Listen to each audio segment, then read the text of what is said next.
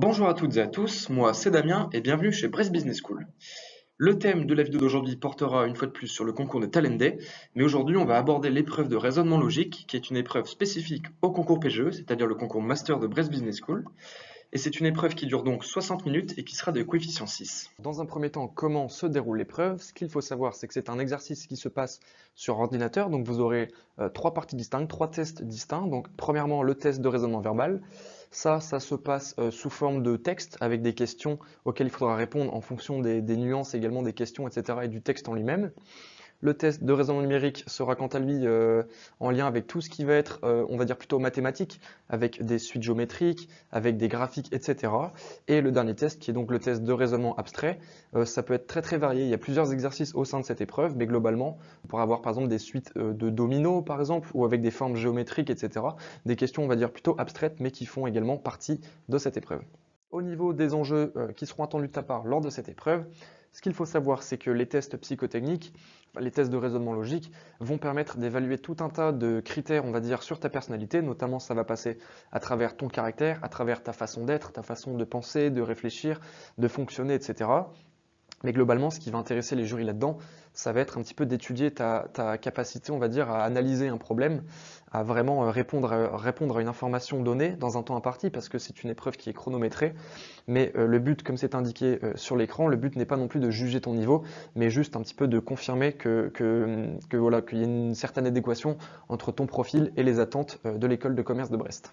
Vous avez désormais sous les yeux quelques exemples de sujets ou d'énoncés typiques que l'on peut retrouver dans le cadre d'un test psychotechnique. C'est normalement à ce moment-là que vous vous rendez compte de la complexité un petit peu de l'exercice en fonction des nuances, etc. apportées dans les énoncés comme dans les réponses apportées.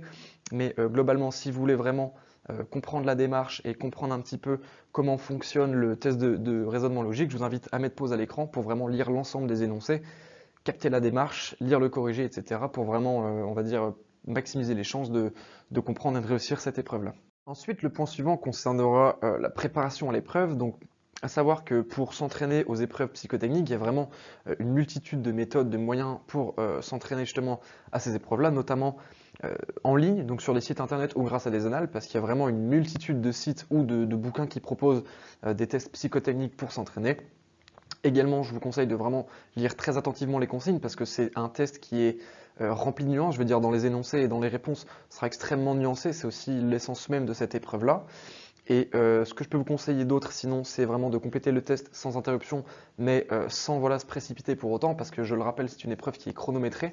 Donc le temps n'est pas illimité. C'est pour ça que c'est important de prendre son temps, mais quand même d'essayer de compléter au mieux et au plus rapidement possible l'épreuve et bien évidemment s'assurer d'avoir le matériel nécessaire avant de se lancer dans l'épreuve, c'est-à-dire par exemple calculatrice, stylo, des feuilles, c'est-à-dire tout le matériel qu'on a besoin lors de cette épreuve, s'assurer de l'avoir avec soi dès le départ avant l'épreuve pour éviter justement de devoir aller les chercher une fois l'épreuve commencée.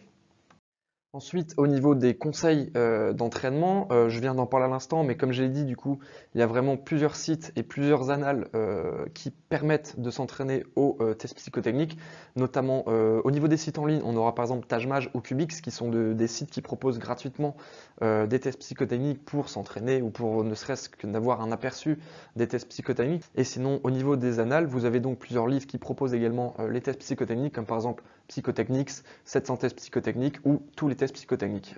Donc voilà, c'est quelques exemples bien évidemment sur ce qui se fait, on va dire au global pour les tests de raisonnement logique, mais ça vous permet déjà d'avoir, on va dire, un premier œil sur les façons et les méthodes de s'entraîner, ainsi que les supports, voilà, pour maximiser les chances de réussir son épreuve.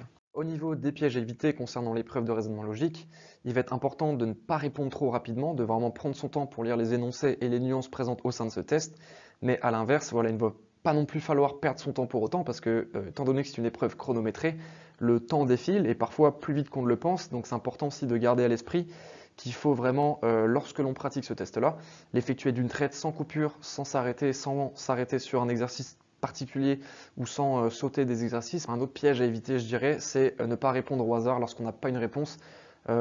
Sur un test de raisonnement logique, ça ne marchera pas. On ne peut pas répondre au hasard en se disant tiens, je ne sais pas, je vais mettre ça au pif. Non, ça ne marche pas comme ça. Donc il faut vraiment prendre le temps d'analyser les énoncés, d'analyser les exercices et de répondre à la question qui nous semble la plus pertinente possible. Et bien voilà, cette vidéo est déjà terminée, j'espère qu'elle vous aura plu et j'espère vous avoir bien expliqué cette épreuve de raisonnement logique. Sachez que si ça vous a plu et que le concours vous intéresse, il y a bien évidemment des vidéos dédiées à chaque épreuve sur la chaîne que je vous invite à les visionner si ce concours vous intéresse. Je vous invite également à venir nous rencontrer directement sur place au sein de l'école ou à vous inscrire sur les journées concours si vous voulez participer au concours et intégrer l'école de commerce de Brest. Moi je vous dis à très bientôt, merci beaucoup de m'avoir écouté, c'était Damien et on se retrouve très bientôt pour une prochaine vidéo.